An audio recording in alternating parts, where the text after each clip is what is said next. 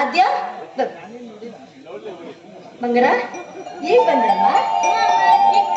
ಬಿಸಿಲಲ್ಲೆಲ್ಲ ಆಟ ಆಡ್ಬೇಡ ಅಂತ ಹೇಳಿದ್ದೆ ಅಲ್ವಾ ನನಗೆ, ಆದ್ರೆ ನನ್ನ ಮಾತು ಕೇಳೋದಿಲ್ಲ ನೀನು. ಏನಿಲ್ಲ ಕಣ ಮಗ, ನನ್ನ ಕೆಲಸ ಬೇಗ ಮುಗೀತಾ, ಹಾಗೆ ನನ್ನ ಮುದ್ದು ಮಗಳ ನೆನಪಾಯ್ತು, ನೋಡ್ಬೇಕು ಅನಿಸ್ತು, ಅದಕ್ಕೆ ನಿಮ್ಮಪ್ಪ ಬೇಗ ಬಂದ. ಆಯ್ತಾ ರಾಧಿಕಾ, ನೀವು ಊಟಕ್ಕೆ ಏನಾದ್ರೂ ಮಾಡೋದಿದ್ರೆ ಮಾಡು, ನನಗೆ ಸಂಜೆ ಕೆಲ್ಸಕ್ಕೆ ಹೋಗ್ಲಿಕ್ಕಿದೆ. ಅಲ್ಲಿ ತನಕ ನಾನು ನನ್ನ ಮಗಳ ಜೊತೆ ಸ್ವಲ್ಪ ಕಾಲ ಕಳಿತೀನಿ. ಆಯ್ತಾ? ಯಾಕೆ ನನ್ನ ಎದುರಿಗೂ ನಾನು ಮಗಳ ಜೊತೆ? ಓ ಅದು ಅಪ್ಪ ಮಗಳದಮ್ಮ. ಆಯ್ತು. ಮತ್ತೆ ನಿಮ್ಮಪ್ಪ ನಿಮ್ಗೆ ಏನೋ ತಂದಿದ್ದಾರೆ, ಏನಂತ ಹೇಳ್ತೀಯಾ? ಏನಾರು ಗೊತ್ತಾ? ಒಂದು ನಿಮಿಷ.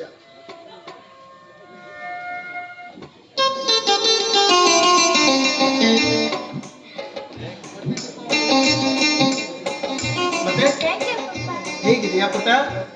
ಸ್ಕೂಲ್ ಎಲ್ಲ ಹೇಗೆ ನಡೀತಿದೆ? ಚೆನ್ನಾಗಿ ಓದ್ಬೇಕು. ಆಯ್ತಾ? ಮತ್ತೆ ನನ್ನ ಮಗಳು ಚೆನ್ನಾಗಿ ವಿದ್ಯಾಭ್ಯಾಸ ಮಾಡಿ ಒಳ್ಳೆ ಕನಸು ಇಟ್ಕೊಂಡಿರ್ಬೇಕಲ್ಲ, ಏನಾದ್ರೂ ಕನಸಿದ್ಯಾ? ಹೌದಪ್ಪ, ನಾನು ಡಾಕ್ಟರ್ ಆಗ್ಬೇಕು. ಓ ನೋಡ್ದ್ಯಾ, ನಮ್ಮ ಮಗಳು ದೊಡ್ಡವಳಾಗಿ ಡಾಕ್ಟರ್ ಆಗ್ಬೇಕು ಅನ್ಕೊಂಡಿದ್ದಾಳೆ. ಒಳ್ಳೇದು ಮಗ.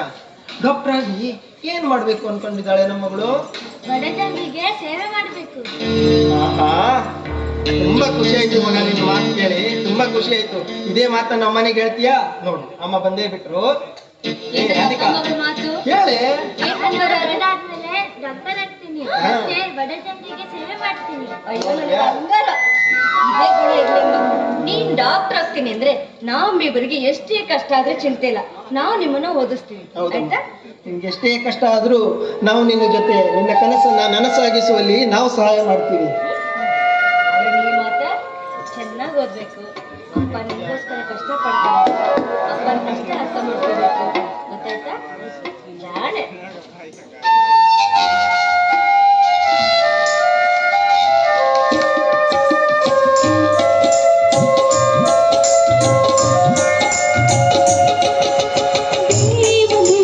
ಪ್ರೇಮಲೋಕ ನನ್ನ ಮನೆಯೀಗ, ನಾನು ನನ್ನ ಗಂಟಿ ನನ್ನ ಮಗುವೇ, ಪ್ರತಿ ರಾತ್ರಿ ಪ್ರತಿ ಹಗಲು ಬರಿ ನಗುವೇ. ದೇವಲೋಕ ಪ್ರೇಮಲೋಕ ನನ್ನ ಮನೆಯೀಗ, ನಾನು ಗಂಡ ಮದುವೆ, ರಾತ್ರಿ ಹಗಲು ಮದುವೆ.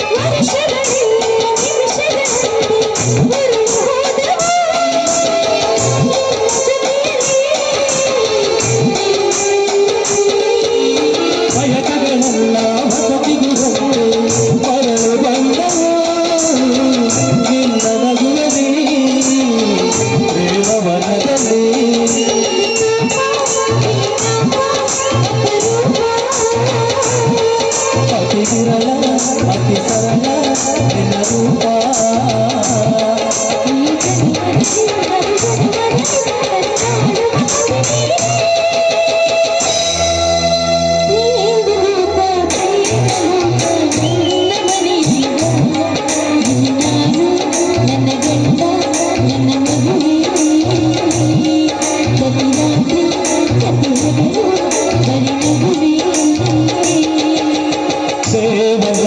ಪ್ರೇಮಲೋಕ ನನ್ನ ಮನೆಯೀಗ ನಿನ್ನೆ ನಾನು ನನ್ನ ಹೆಂಡತಿ ನನ್ನ ಮಗುವೆ ಪ್ರತಿ ರಾತ್ರಿ ಪ್ರತಿ ಹಗಲು ಬರಿ ಮಗುವೆ